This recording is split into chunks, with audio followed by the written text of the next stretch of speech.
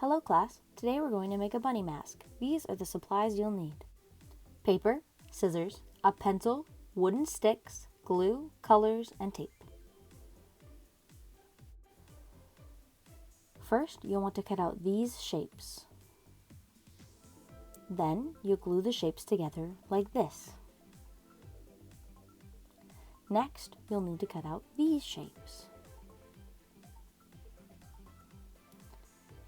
Separate these shapes from the others and color them pink.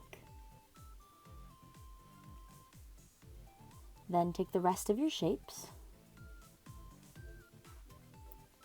color the smaller shapes black and add a line to the square shape.